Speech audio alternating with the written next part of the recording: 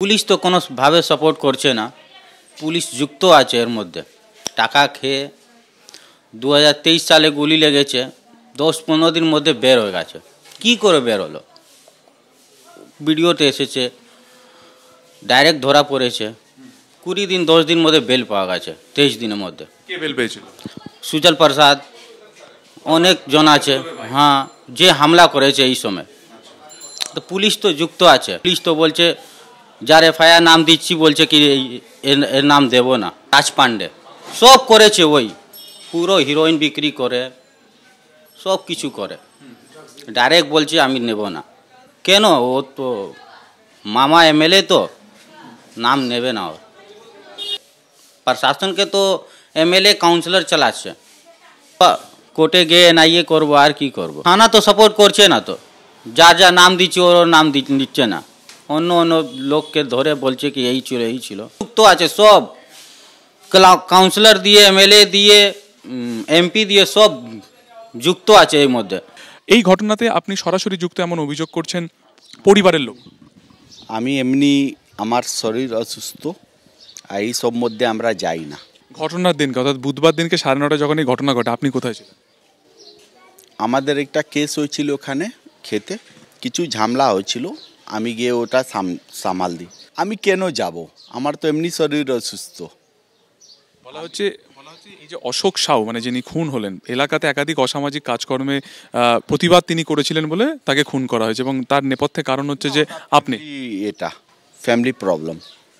এই গোটা ঘটনাটা পুরোটা খুনের ঘটনাটা আপনি বলছেন পারিবারিক বিবাদ? হ্যাঁ, পারিবারিক বিবাদ। অর্জুন সিং বলছেন আপনি পার্থ ভৌমিক, জগদ্দলের এমএলএ সোমনাথ শ্যাম, এদের প্রত্যেকের মানি কালেক্টর। এটা আমাদেরকে কোনোদিনে আমাদের গুরু শিখায়নি কি টাকা তুলবেন বা কিছু করবেন। তাদের বিরুদ্ধে অভিযোগ এই যে আপনার ধরুন সুজল কিংবা এই যে কৌশল, এদের কাউকে চেনেন আপনি? সুজল ফুজলকে আমি চিনি না। পুলিশ কোনোভাবে যোগাযোগ করেছে এই ঘটনাতে আপনাকে? না, করেছে, আমি বলে দিলাম যা স্টেট ছিল স্টেটমেন্ট ওটাই বলেছি। আপনি কি থানায় ডেকে স্টেটমেন্ট নিয়েছেন নাকি? থানায় না, হ্যাঁ থানায় ডেকেছিলেন। ক্যামেরায় সন্দীপ সাধুকার সঙ্গে সুকান্ত মুখোপাধ্যায়, এবিপি আনন্দ, ব্যারাকপুর। নিহতের পরিবারের এনআইএ তদন্তের দাবিকে সমর্থন জানিয়েছেন অর্জুন সিং। এনআইএ তদন্তের দাবিতে তিনি কেন্দ্রীয় স্বরাষ্ট্রমন্ত্রীকে চিঠি লিখবেন বলেও জানিয়েছেন। কি বলেছেন অর্জুন সিং এবং পাল্টা কি বলেছেন জগদ্দলের বিধায়ক সোমনাথ শ্যাম, পরপর শোনাবো। ওর পরিবার আজকে এনআইএ চাইছে। আমিও, আমার কাছেও মেসেজ এসছে, আমার কাছে মেসেজ আছে। আমি বলেছি আমরা অমিত শাহজিকে, তোমরা যদি চাও আমি অমিত শাহজিকে চিঠিও লিখব, আমি কোর্টেও মুভ করব। আমি অলরেডি কার্ডকে কোর্টে মুভ করার জন্যে উকিলকে বলে দিয়েছি কি কোর্টে মুভ করতে হবে। দু লাইনে আমরা, এটা 3/4 আছে, এক্সপ্লোসিভ অ্যাক্ট আছে, এমনি এনআইএ নিতে পারে কেসটা। আর তারপরে কোর্টেও আমরা যাব। ওর পরিবারের পাশে আমরা আছি।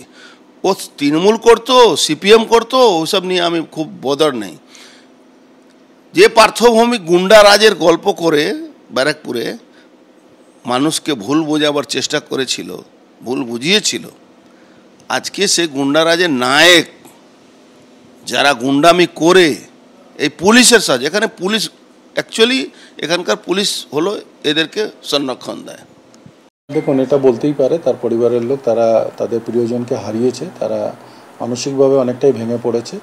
তো যেটা ভাবছেন সেটা বলতেই পারেন, আমি সেটা নিয়ে তো কোনো আপত্তি জানাবো না।